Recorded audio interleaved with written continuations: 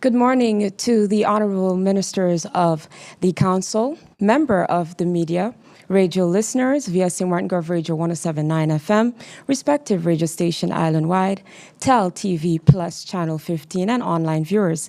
I'm Charity Dunker, and welcome to the live Council of Ministers press briefing for today, Wednesday, August 13th, 2025. At this time, I'd like to invite the Honorable Minister of Public Housing, Spatial Planning, Environment and Infrastructure, Patrice Gomes, to address you. Minister Gomes, you have the floor.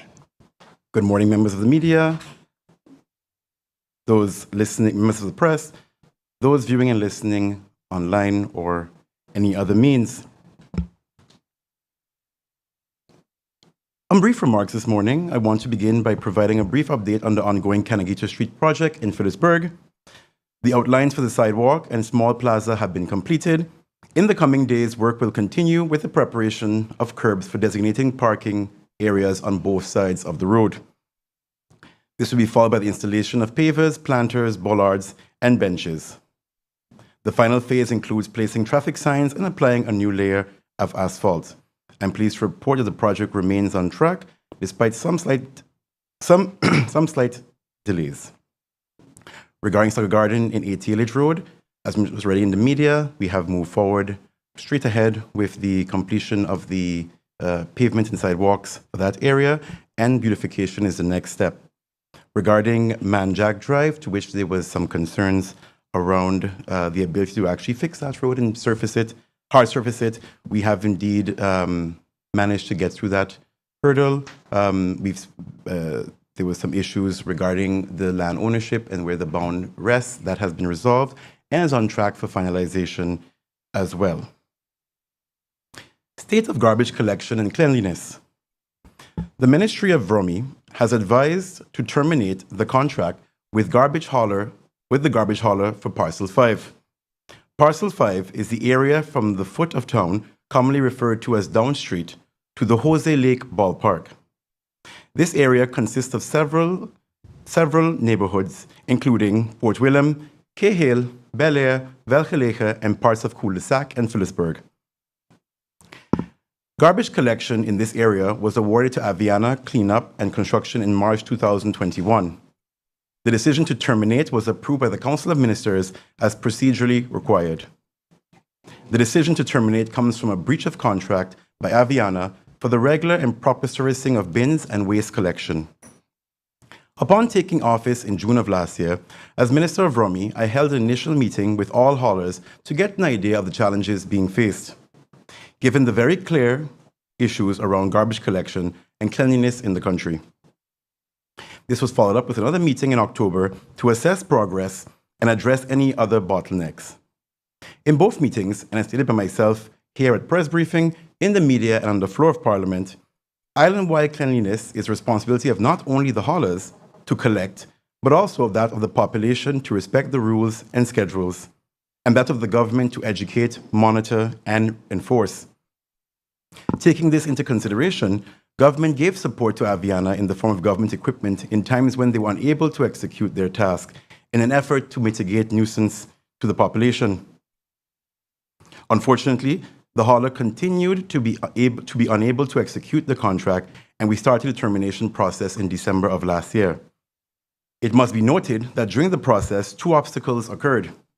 The first being that between 2021 and 2024, except in the very beginning of the contract, no warnings were issued, and those that were issued at the beginning of this term had administrative errors.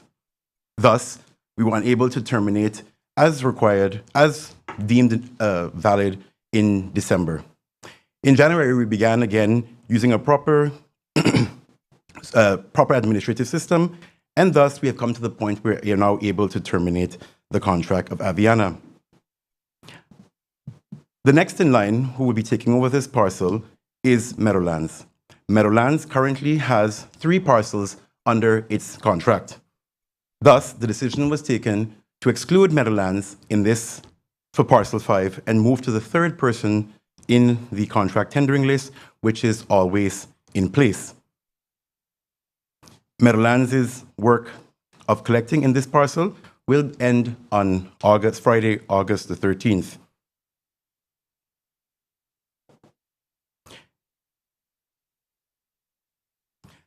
It is important to note that the decision to terminate comes after lengthy discussions with all parties involved. During my mandate, we have done a lot of work to ensure cleanliness around the island and ensure that all haulers are compliant and well supported. To this end, we want to thank Aviana for their support, and we also want to highlight that this comes as well on the heels of the report of the Ombudsman, which indicated that the process for issuing the tenders with contracts, my apologies, was neither fair nor sufficiently transparent.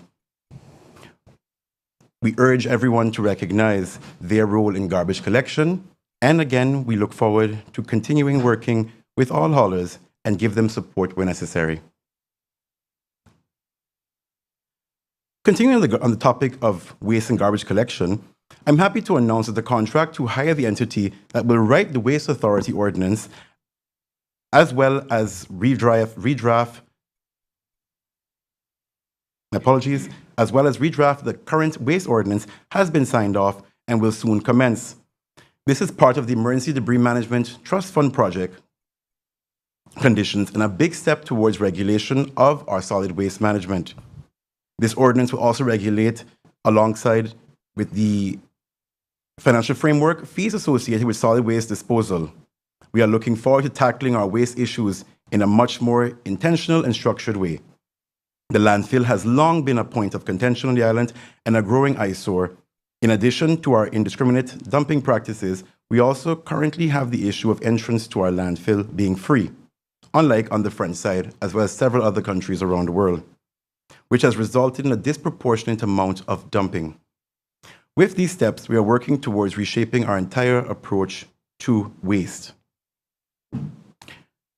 Finally, on the same topic of being transparent and open, we are proud to announce that we'd like to invite everyone to participate in an important public consultation on Tuesday, September 3rd, 2025.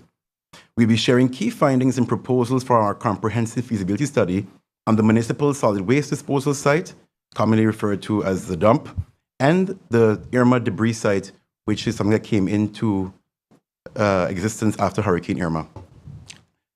This study represents our government's commitment to addressing the critical waste management challenges facing our island. The feasibility study is a thorough environmental, social, and technical assessment that examines multiple options for our waste disposal sites. We are evaluating proposals for upgrading, rehabilitating, or potentially closing the current landfill and developing sustainable alternatives that will serve our community for years to come. This study follows international standards and World Bank regulations, ensuring our approach meets the highest environmental and social safeguards. At the September 3rd consultation, we will present our preliminary findings, share conceptual proposals, and outline potential directions for moving forward. Most importantly, we want to hear from you. Your questions, concerns, and suggestions will help shape our final recommendations. Effective waste management is essential for our island's health, environment, and future prosperity. The decisions we make will impact generations of Samartanas, which is why your participation is critical. The consultation will include representatives from the NRPB, the Ministry of Rummy, and technical consultants conducting this study. So once again, save the date. The time and location of September 3rd consultations will be announced shortly through official channels and local medias. And with that, I've come to the closure of my opening remarks. Thank you very much, Honorable Minister of Rummy, Patrice Gomes Jr., for your opening remarks. At this time, I'd like to invite the Honorable Minister of Education, Culture, Youth and Sport, Melissa Gomes, to address you. Good morning, Minister, and you have the floor. Good morning, and good morning to those gathered here and to those joining us online or via radio. Just a few brief updates, namely a reminder to the public that the submissions are open for the National Short Story Contest. So if you are a student or parent of a student between the ages of 12 and 14 years of age, you are more than welcome to submit your short story for the contest. Submissions will run until August 21st. after which time the judges will begin judging, and the winners are expected to be announced on September 8th. And the theme, just to reiterate, for the short story contest is Guardians of the Great Salt Pond, based on the concept of Caribbean futurism. Moving along to the Slavery Remembrance Fund, I announced this week that we have secured funding upwards of $5.3 million from the Dutch government with regards to the Slavery Remembrance Fund that was announced around the time of the apology from then Prime Minister Rutte and the King, Willem Alexander. Just to share a bit more on some of the projects that are going to be addressed with this fund, and just to explain that we had to submit an action agenda of projects with fully thought out plans, invoices, etc. So there is no deviating from this list of projects. The funds are allocated to them. And as international financing rules go, it has to be spent on these projects that it has been designated for. There will be a project for national curriculum development for the history of St. Maarten, designing and implementing a comprehensive, culturally grounded history education at all levels. A monument remapping, beautification, and digital infrastructure project for the mapping, restoration, and enhancing of historical sites with modern digital tools and educational signage. Upgrading the Phillipsburg Cultural and Community Center, so transforming a central cultural venue into a resilient and multifunctional space. A heritage scholarship program, building long-term capacity in the heritage and cultural sectors through higher education. Genealogical research for descendants, which project will support genealogical research to help descendants trace their lineage and explore connections to their heritage, including establishing resources for accessible archives and personal histories. Upgrading at the John Larmony Center, restoring and activating a key cultural site through community-driven restoration, youth engagement, and heritage-based programming that connects past, present, and future.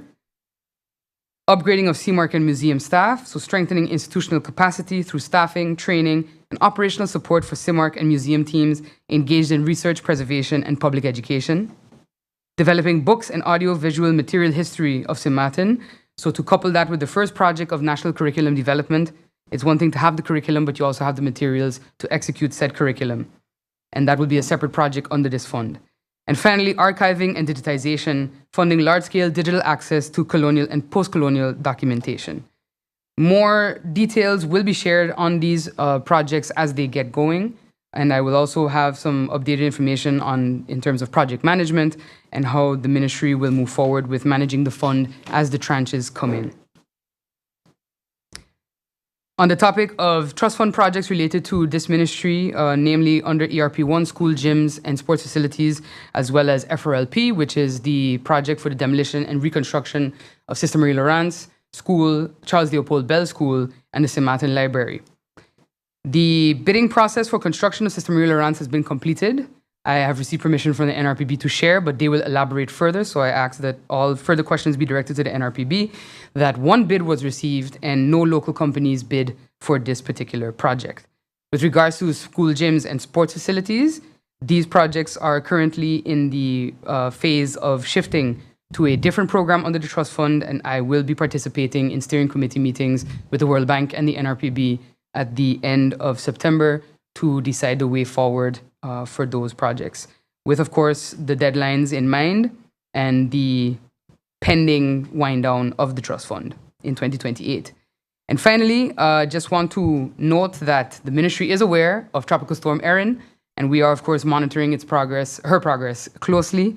I am in touch with the head of Division Public Education, as well as school boards, to ensure that we're all keeping an eye out, especially considering that school starts back next week, Wednesday. And with that, that's all the updates I have for now. Thank you. Thank you, Honorable Minister of Education, Culture, Youth and Sport, Melissa Gums, for your opening remarks. At this time, I'd like to invite the Honorable Minister of Public Health, Social Development and Labor, Reginald Brug, to address you. Minister Brug, you have the floor. Thank you very much. Blessed morning, St. Maarten, and those following press briefing around the world. Today, I am pleased to announce that the APS organization, in collaboration with the Ministry of VSA, specifically the Department of Social Development and the Ministry of ROMI, has allocated 4 designated parking spaces for seniors and clients with disabilities in the APS parking lot, also known as the Telem parking lot, next to the Government Administration Building. These lots are allocated specifically for clients that require services at the government building. I ask the public to please respect the purpose of these parking spaces. In addition, I am pleased to share several impactful initiatives being spearheaded by the Division of Labor Affairs and Social Services, specifically through the National Employment Service Center, NESC, all geared towards strengthening our labor market and empowering job seekers across the island. This year, the NESC Business Service Team is launching the National Career Expo 2025, a dynamic new initiative that will cover 3 industry-focused expos. On August 22nd, the theme will be Health and Social Services. On September 19th, the theme will be the Maritime. On October 17th, Tourism. Each expo will run from 9 a.m. to 2 p.m., with the first one taking place in the Government Administration Building, Group 1 and 2. These expos are uniquely designed to connect job seekers with real opportunities in high-demand sectors. Each event will feature up to 15 participating companies. There are still limited space for those who are interested in joining this event. Companies can register through the NESC Instagram page or by email business.nesc@stmartingov.org. For quick response, reach out via our WhatsApp number, which is 1721-523-6367. In addition, the NESC are also continuing our Employability Enhancement Workshop, which helps job seekers develop essential skills and build confidence through interaction with human resource managers, brand leaders, and entrepreneurs. Upcoming sessions will be held on August 15th, September 12th, October 9th.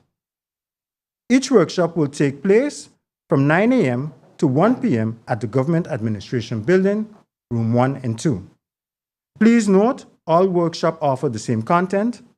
Attendees will receive exclusive access to upcoming career expos and early insight into potential job opportunities. To register, please visit the NESC Facebook page or Instagram page. For direct communication, email at applyNESC@stmartingov.org or use the NESC Connect on WhatsApp. Telephone number 1721-526-6390. I am also excited to highlight NESC Talk, a podcast-style platform created to discuss labor market trend in St. Martin. It is tailored to job seekers, employers, and the broader community, both locally and internationally. NESC Talk will feature conversations with industrial leaders and young professionals, spotlights on upcoming programs and services, insight on how NESC continue to shape the employment landscape. We encourage everyone to subscribe to the NESC Talk YouTube channel and follow NESC St. Martin on all major social platforms. These initiatives reaffirm our ministry's commitment to employment, equity, skill development, and community empowerment. Thank you, and I look forward to see a broad participation from businesses and job seekers alike. In relation to the recent sexual harassment case, I understood that in the last press briefing it was asked to the Honorable Prime Minister. I wish to address this now. I would like to inform the public that the case the conclusion has been provided to my person. The response from the Department of General Affairs, Personnel Affairs, have been given to my person, and I have relayed this response also to the relevant parties. At this particular time, I have given the individuals an opportunity for them to look at the response, and also they have the possibility to react to the response as well. For now, this is all I am willing to share with regard to the sexual harassment case. As, of course, everyone knows, this is a very personal matter and a very serious one as well, and therefore, I will not be sharing any more as it relates to this sexual harassment case.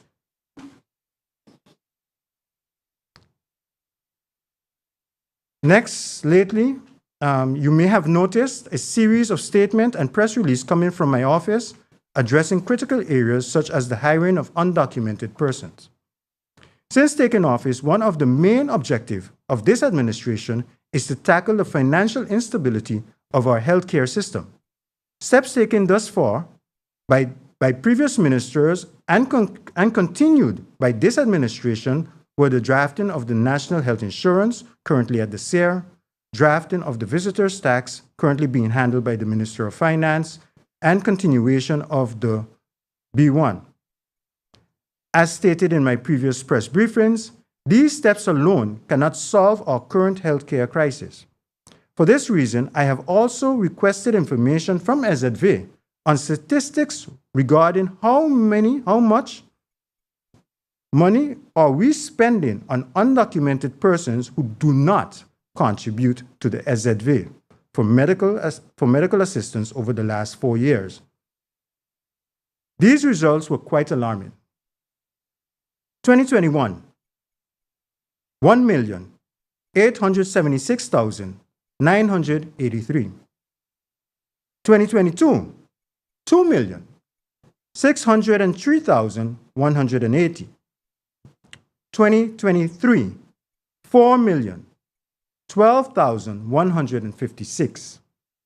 2024, 5,603,742. For this reason, we continue to ask business owners to abide by the labor laws. And even if they still hire a foreign national without proper work permit, the system allows for you to register your employees at the SZV for medical coverage. Failure to do so are actually putting the individuals at risk and the community at large. The public will continue to hear from me on these matters, and as we push towards a fairer, more transparent, and more responsible labor environment for all. At this time, this concludes my official updates to the people of St. Martin. Thank you very much. Yes. Thank you, Honorable Minister of VSA, Richna Blur, for your opening remarks. If you have just joined us, you're watching the live Council of Ministers press briefing for today, August 13, 2025. Thank you very much for joining us. We now move on to the question and answer session, whereby we only have one member of media present with us here today, which we are very happy to have you. Mr. MLE of Island 92, you have the floor. Thank you, Charity. Good morning, ministers. I will start with the Minister of VSA. So, Charity, I've organized my questions per minister. Not a problem. Proceed. Okay, great. So I noticed in a previous press conference that you replied to one of my old questions about how much money is outstanding from government to SZV. I think at the time you mentioned that government owes 69 million guilders, that no interest is being paid by SZV, and since no interest is being paid, that there's no loan agreement. So I want to make sure first, did I get my information correct? Yeah, the amount for SZV for the OZR was 69,092,000, and also for services that SZV is rendering on behalf of government, that was 49,598,000. Okay. So SZV is an insurance company. So normally these funds that SZV has that they're not spending would be invested, and the interest from that money would be used to cover the stability of SZV going forward and its operational costs. So the fact that government isn't paying any interest on it, and the fact that, from what you're saying, there's no plan to pay back that money, doesn't that put SZV in a financial constraint? No, I think somewhere the communication went wrong. I never said that there's no plan to pay back the money. I think that's one of the reasons we're busy restructuring how we are, the financial aspect, that's one of the reasons we're busy restructuring the national health care for St. Martin, and that's for the NHI, that's one of the strategies, as stated earlier in my press, as stated today, together also with the B1 and also with the tourist levy. So we're busy looking at different ways so that we can start to pay back and also put SZV in a more financially healthier, stable position. But currently, there is no payment plan. There is, we do make structural payments to SZV. And in addition to that, I know this year we have also added, based on SZV's request, an additional $1 million to it as well. But this debt to SZV continues to grow. So although government is making payments, the payments are not sufficient to keep the debt stable or bring it down. Yes, and part of the reason to that is because of the, of course, the constant increase in different prices when it comes to healthcare service. Also, one of the things that I've mentioned today that I spoke about is the cost that SZV, and by extension the people of St. Martin, have to cover for undocumented persons who are not registered or not contributing to the SZV system. As you notice in my press statement this morning, each year for the last 4 years, each year it has been going up by 1 million, approximately 1 million each year. So if we continue to let this, for me, I see this as as one of the leaks in the bucket that we have to actually plug up. And that's why I'm addressing it now. And just for clarity, although if an employer has an undocumented person working, legally they're still obligated to pay taxes and their SZV premiums for them. I mean, SZV has employees registered who are undocumented who are paying their premiums. You're absolutely correct, Mr. Lee. The system allows that the undocumented persons can pay tax into the system of St. Martin. The system also allows that business owners can register undocumented persons and also let them contribute to the pot. And the statistics right now with regard to SZV, how much persons SZV has now that is registered, that is contributing to the pot, when it comes to undocumented, it's about 5,000. So about 5,000 undocumented persons are contributing into the pots of SZV. And I found your statement interesting. So I ask a follow-up question then about how much SZV has spent on undocumented, on healthcare services for undocumented. Could you, I don't expect you have the answer now, but could you tell us how much is SZV paying for uninsured people's healthcare expenses? So, for example, these scooter riders on the road, if they get into an accident, if they don't have health insurance, in the end, SZV/government end up paying those expenses.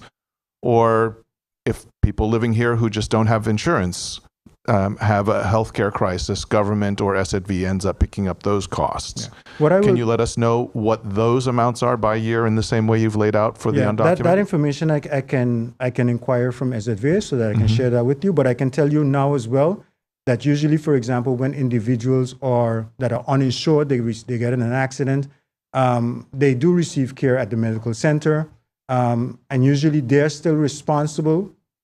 That individual is still responsible to take care of that bill when they're healthy enough to leave the hospital. So usually the hospital would have that bill, and SZV doesn't cover the bill for those individuals. Then SZV really gets involved when that person has to be flown out. So that's the area where SZV actually, we as government actually has to cover the cost for persons that are uninsured that actually has to be flown out. That those expenses has to be paid. But as I will take the question, as just to give you a little heads up on that as well, I will take the question and I will pass it on and provide it to you at the next press briefing. And thank you. And that same philosophy would apply to undocumented as well. If they had healthcare needs, went to the hospital, they would also be asked to pay their medical expenses. Correct. And the hospital are the ones actually. The hospital are the one that actually keep those bills aside. So SZV doesn't pay the hospital for undocumented persons. And again, that is one of the reasons why I've always said it, because of the bad practice of business owners actually not insuring their workers. It's one of the reasons that it drives cost of medical service higher in St. Martin. It contributes to that. Changing topics a little bit, I've spoken to a number of employees from the former Cost Pro supermarket who have said that they've not been paid out or taken care of as they should have. Are you aware of those situations, and is VSA involved in trying to collect that money from the former operators of Cost Pro? Yeah, I'm definitely aware of the situation. We have met with several former employees of Cost Pro. They have came in and made official complaints at the Department of Labor Affairs. We have reached out also to management of Cost Pro. As you may know, the Labor Affairs always try to mitigate the situation when it does not work out. Usually we also provide a yellow card for the employees to assist the employees to take the former employers to court for them for justice to be served. And last question. So there's been quite some discussions about justice and about inmates as they leave the prison reintegrating in society. Can you explain, does the ministry have different labor regulations trying to sort of ease that transition for people to re-enter the labor market, or are they just subject to the same labor laws as everybody else? Currently, they're subject to the same labor laws as everybody else. However, the ministry is working on a second chance program to which we are going to assist those individuals to receive also the skills that they need, perhaps if they didn't receive it while being incarcerated. And also we are looking into see if we can give an additional benefit in the sense of some type of initiative so that businesses can hire former individuals that were incarcerated. So we are looking into those aspects as well. Thank you. Thank you very much. My next questions are for the Minister of Education.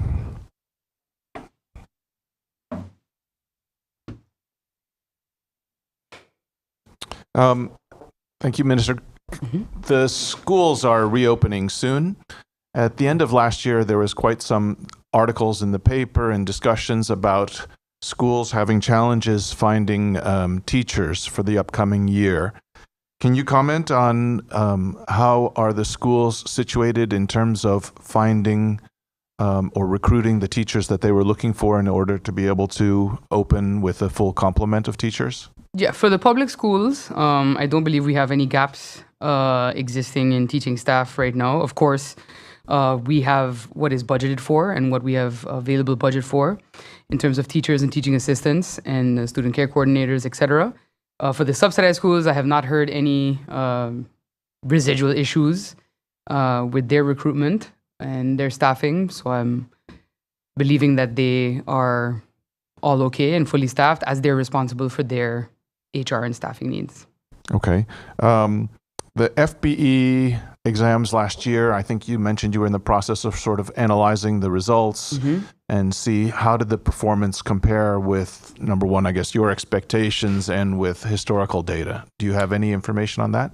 Right now, I am still awaiting a fully comprehensive or parsed out report. It's quite a lot of information, and I would like to have it in a digestible form so that I can also take it to Parliament, because I know that that meeting will probably be called as well.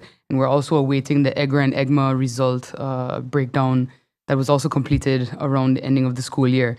In terms of the results, I have to say it met my expectations. We know that this has been a challenge.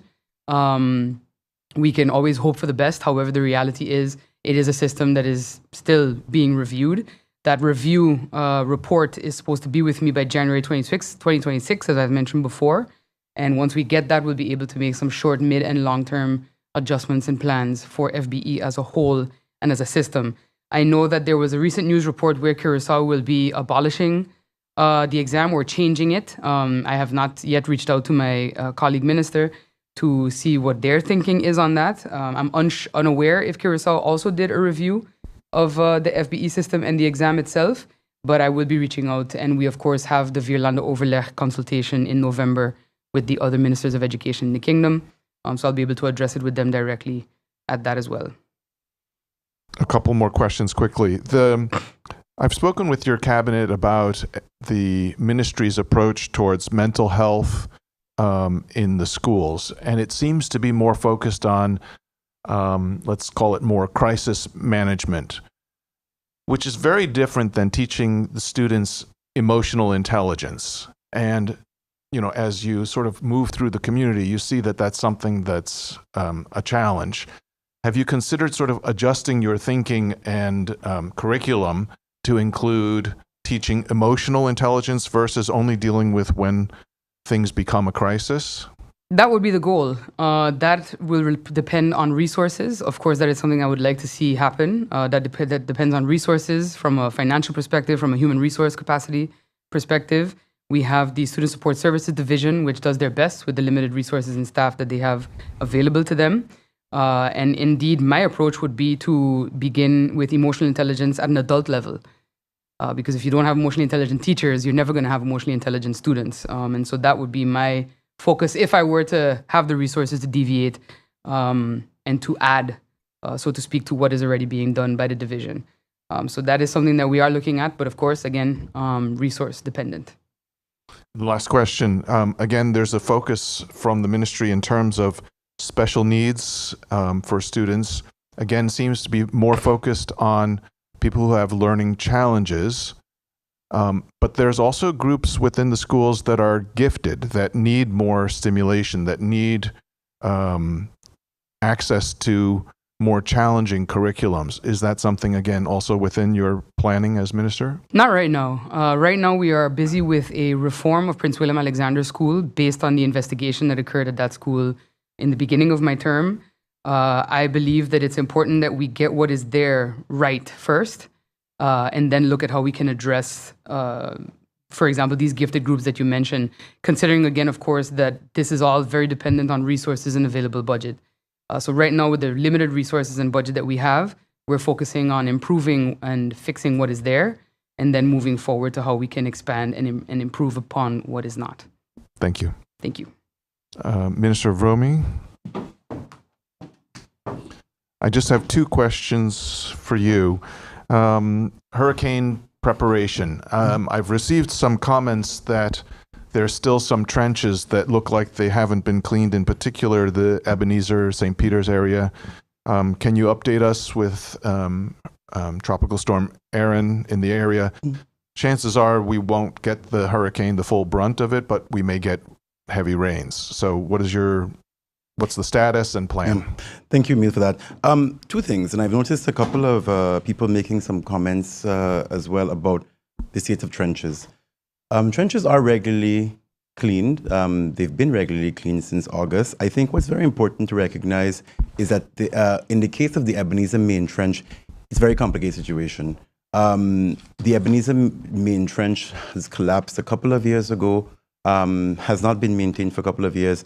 And what we've done a couple of months ago is actually start the restoration of that entire trench, particularly because one of the biggest challenges and why within Brommy I've stressed so much the importance of proper building and civil works permits, is that the entire hill above Ebenezer Main Trench, which is basically the Valley Estate Development, parts of that has collapsed into the trench over years. So the lack of maintenance coupled with that collapse of the hill means that we have not been able to clean that trench for a number of years now.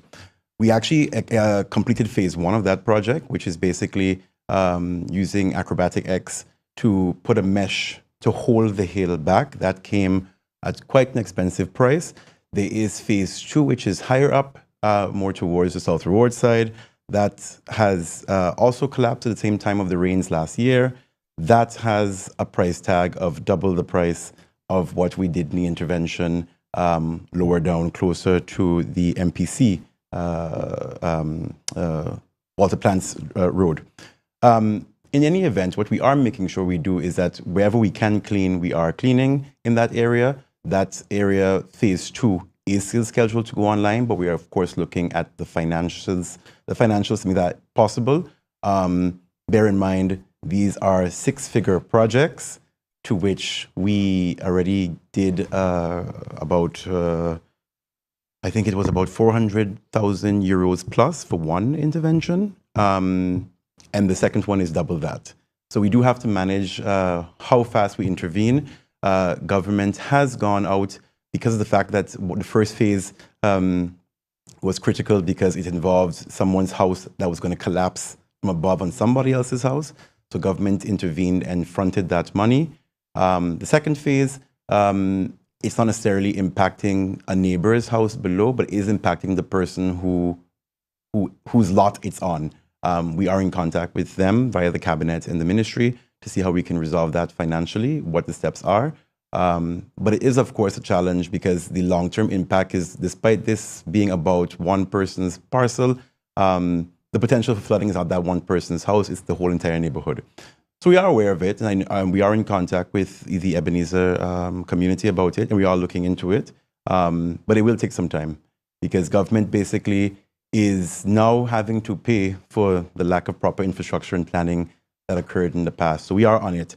Regarding the trench in Sucker Garden, I saw the Daily Herald made a comment about what seems to be the lack of cleaning of that trench. And I think I addressed this in the past where I stated we have this very strange that cleaning a trench and proper trench management means completely achieve no green trench.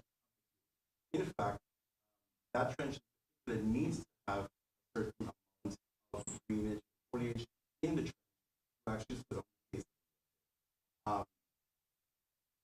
I've addressed this in the past, but I really think it's important that sometimes we look at when we are. Thank you. I think it's really important to note that that trench in particular and several other trenches on the island do actually need to have greenage and foliage to slow down the rapidity of the water when it comes down, the velocity of the water. So in fact, that trench is like that on purpose. We do maintain it, but we cannot remove all the foliage and greenage. So it's important to also get the information, the facts from the ministry before statements are made, because I did address this actually in the last hurricane season. So it's quite unfortunate to see that kind of information out. But we are on top of it. The contracts have been signed in August last year. There's regular maintenance constantly. And we are doing our best with limited capacity, financially and human. Thank you. And just for clarity, I imagine our inspectors going to construction sites to make sure that they're organized and safe as well? Yeah, so we do on a regular basis, but I'm going back to the same thing again of human capacity. There's about 6 inspectors or less actually in the Ministry of VROMI,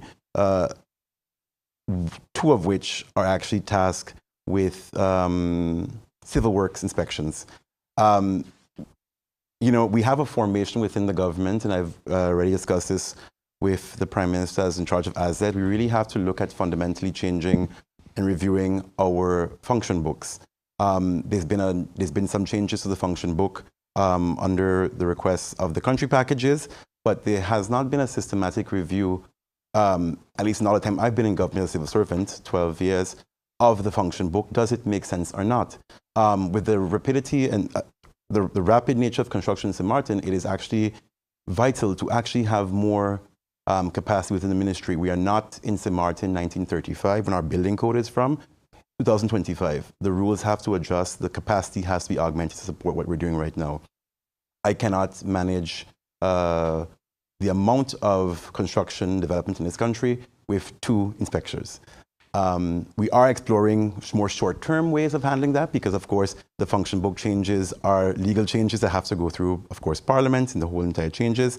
We are looking at third parties to assist us with this kind of work, but of course, it's taking some time because a lot of the third parties who can execute this work is also involved in submitting building permits as well. So to kind of avoid those situations, we're kind of taking some time in figuring out how to actually involve third parties without them losing potential opportunity to actually submit permits or bids as well. Thank you, Minister. My last question. As Minister of VROMI, I understand that housing falls under your mandate. So with sort of an unregulated Airbnb development on the island, many cities have found that the unregulated Airbnb markets have ended up taking housing away from that local, long-term, or year-by-year rental capacity.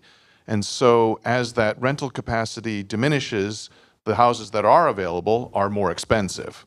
Is this something that the ministry has studied? Have you looked into it? Any thoughts, plans on perhaps managing it, at least understanding it? No, very much. And I think it's one of those things where I stated in a press briefing a couple of years ago, not years ago, a couple of months ago actually, that if we don't look at development sustainably, we're looking at disenfranchising the population that lives here. I have always stated time and time again, I'm not against construction or high-rise development, but it has to be sustainable. In the end of the day, for every new development of a condo or a luxury villa, the average price of a house, the average price of land on St. Martin goes up. What's not going up is the average salaries. If people aren't able to afford a continuously speculative real estate market, that means that people can't afford to live or buy a home or move to their parents' home or even afford what it should be affordable housing.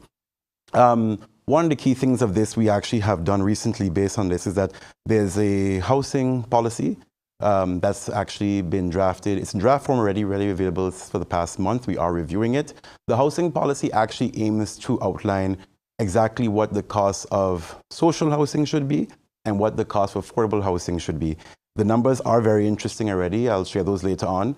But we do have a lot of work to do to fill the gap because basically the parameters or the baseline used by the consultants was not necessarily what the value of the land is in St. Martin, but what is the average person making on St. Martin.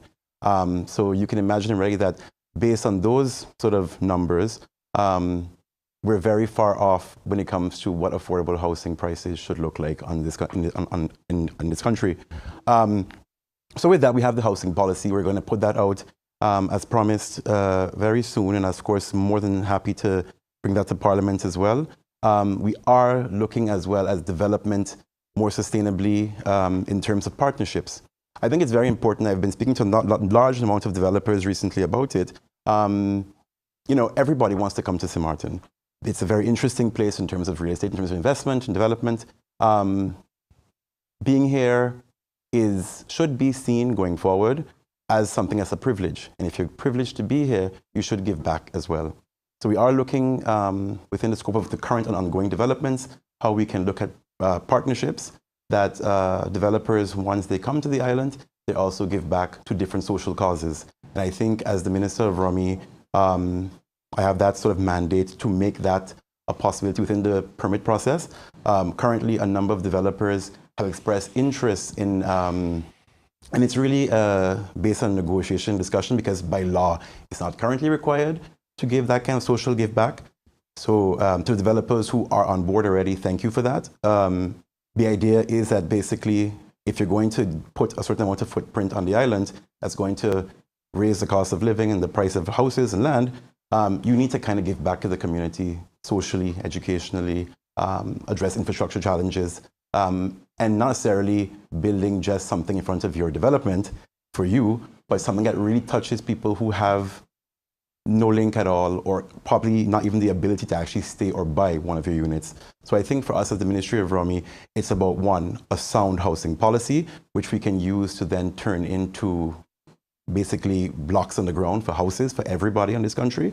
And secondly, looking at how we control and kind of incentivize development to be more social. So the idea is first that consensus with the current developers and then addressing our permitting process legally and as well the laicious verordening.